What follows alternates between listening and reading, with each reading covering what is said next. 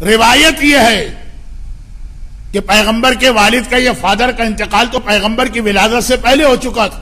جب جناب آمنہ پریگننٹ تھی، یہ میں نے آخری مجلس میں کچھ تذکرہ کیا تو تھا.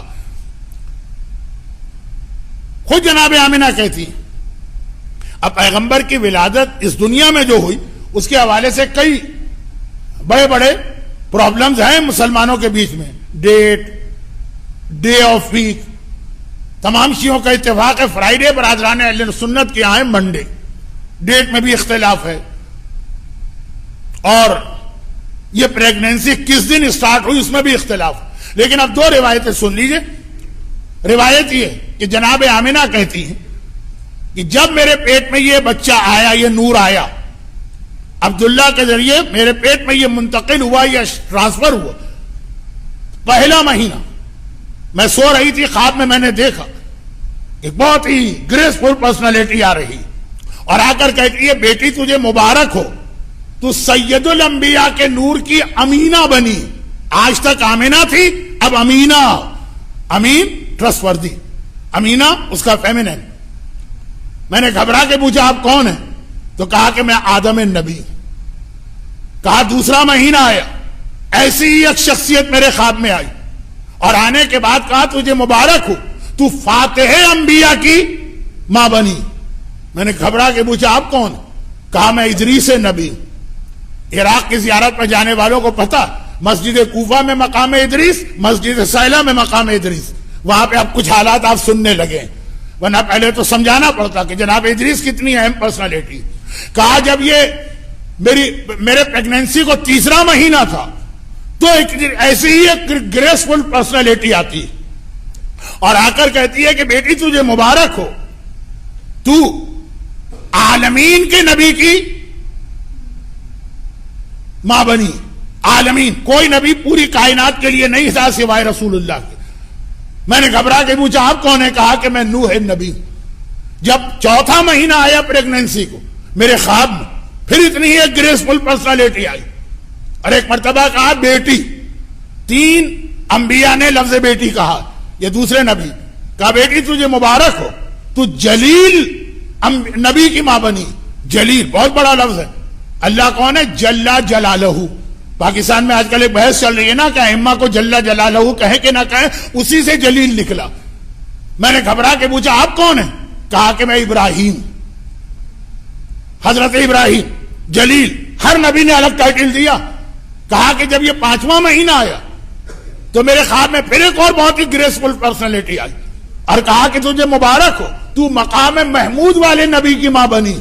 میں نے پوچھا آپ کون ہے؟ کہا میں موسیٰ نبی.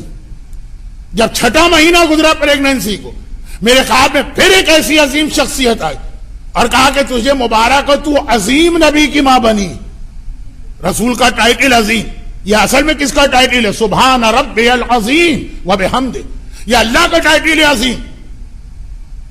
اور آگے مبارکباد دی. کہا بیٹی، یہ تیسرے نبی تھے جس نے لفظ بیٹی کہا. بیٹی مبارک ہو، تو عظیم نبی کی ماں بنی. میں نے پوچھا آپ ہیں کون؟ کہا کہ میں تمہارا دادا اسماعیل ہوں. آدم سب کے باپ، پھر ابراہیم اور اسماعیل تو اس خاندان کے سربراہ. جب 7واں مہینہ گزرا تو میرے خواب میں پھر ایسی ایک پرسنالٹی آ رہی اور آ کر کہتی ہے. اور جب 9واں مہینہ شروع ہوا تو میرے خواب میں پھر ایک ایسی شخصیت آئی اور کہا تجھے مبارک ہو، تو کریم نبی کی ماں بنی. اہل بیت کریم ہے، سخی نہیں ہے. میں نے پوچھا آپ کون ہے؟ کہا میں عیسیٰ نبی.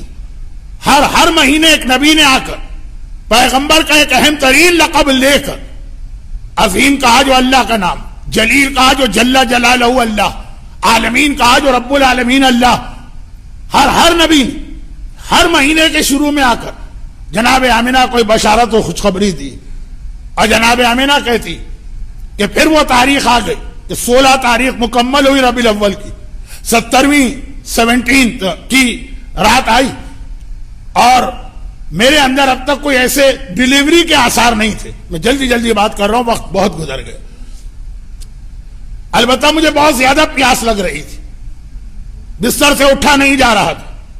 میری جٹھانی میری مدد کے لیے آ گئی. کون؟ ابو طالب کی بیوی مولا علی کی ماں فاطمہ بنت اسد. انہوں نے بھی یہ سارے حالات دیکھے.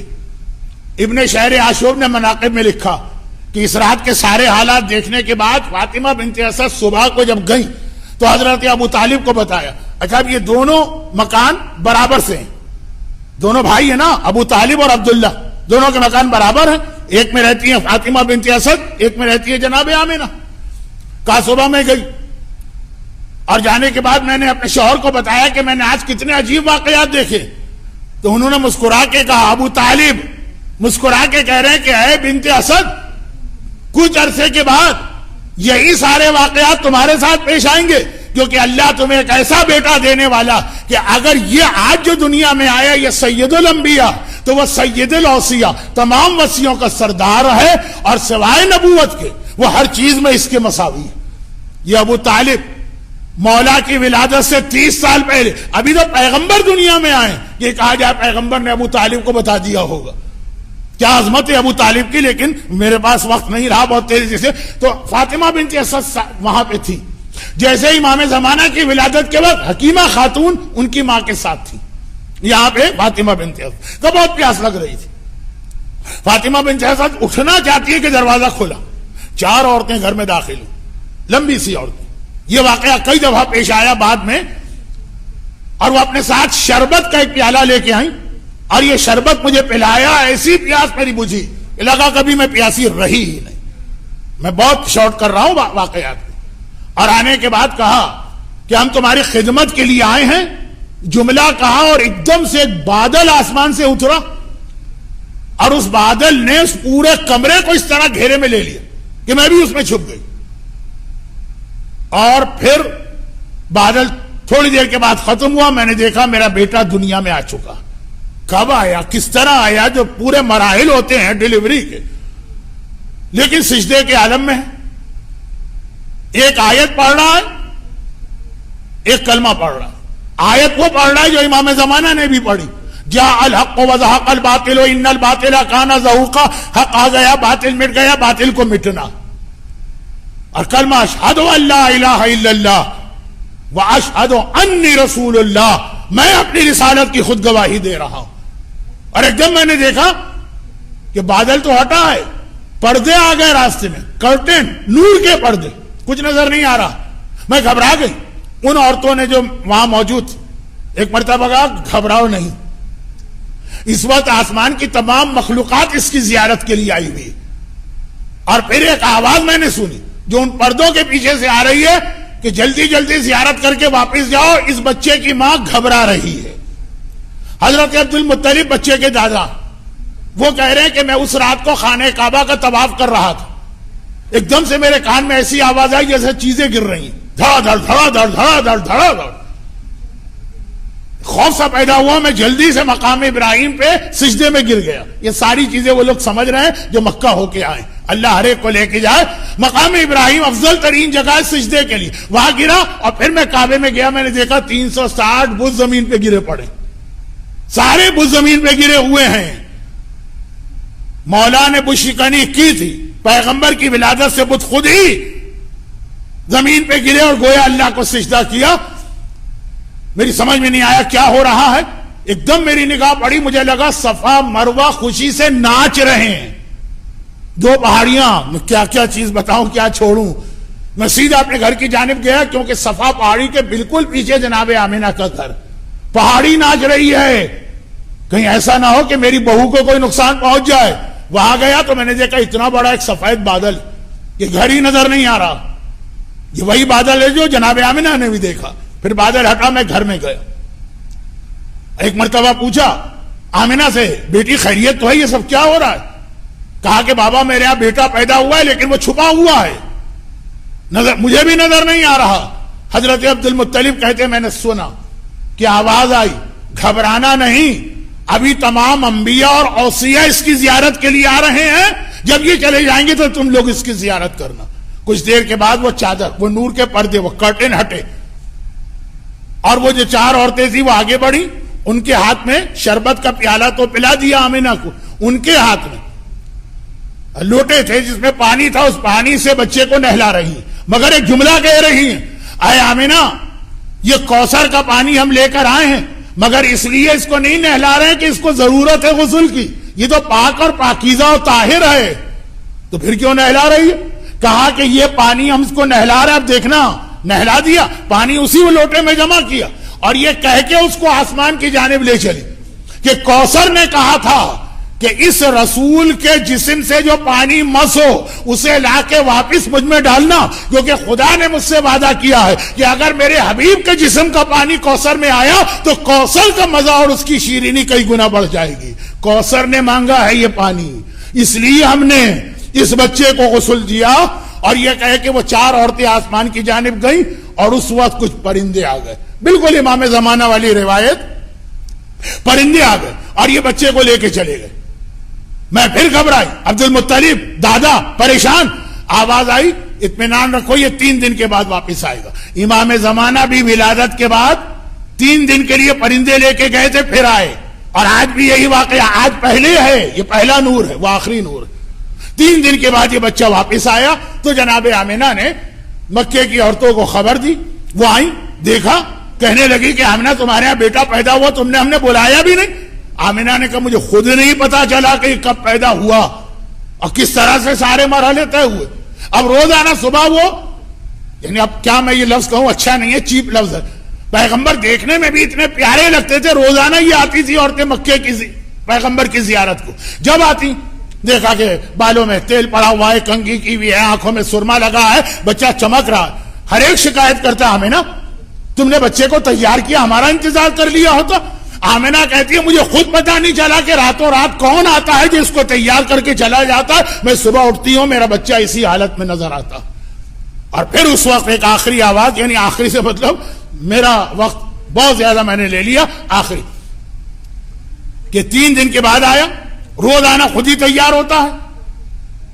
پھر ہمارے پاس 2 حدیث قدسی آئی ہیں، یعنی اللہ کا کلام، اور ایک یہ حدیث آئی کہ غیبی آواز آئی اور اس نے کہا کہ ہم نے اس بچے کو عطا کیا آدم کی صفوت، نوح کی نجابت، ابراہیم کا علم، اسماعیل کی فصاحت، یوسف کا حسن، موسیٰ کی شجاعت، داؤد کا لہن، یحییٰ کا زہد، ایوب کا صبر اور عیسیٰ کی کرامت، تمام انبیاء کی خصوصیات ہم نے اس میں جمع کی۔ تبھی تو راوی نے ایک بار پوچھا تھا امام معصوم سے کہ مولا کیا پیغمبر اسلام دوسرے انبیاء کے معجزے دکھا سکتے تھے؟ کہا سارے انبیاء کے معجزے ہمارا جد دکھا سکتا تھا، سب کی طاقتیں اس کے پاس تھی۔ اور آخری 2 حدیثیں سن لیجیے، آج رات کو کیا ہو رہا۔ روایت یہ کہ اللہ نے جنت سے کہا ہے جنت تو اس طرح کیوں بیٹھی ہے، جنت سے بات ہو رہی ہے، مسکرا۔ جنت نے کہا کہ خدا بندہ آج کیا بات ہے؟ کہا وہ نور جو تجھ میں رکھا گیا تھا نا وہ دنیا میں ظاہر ہو گیا ہے۔ جنت خوشی سے مسکرائی اور اتنا مسکرائی کہ امام کہتے ہیں اس دن سے لے کے قیامت تک اب جنت ہنسے ہی جا رہی ہے پیغمبر کی ولادت کی خوشی۔ تو آپ تو پھر بھی پیغمبر کا کلمہ پڑھنے والے۔ اور دوسری روایت یہ کہ خدا نے اس رات کو ایک اعلان کیا، کس رات کو؟ آج کی رات۔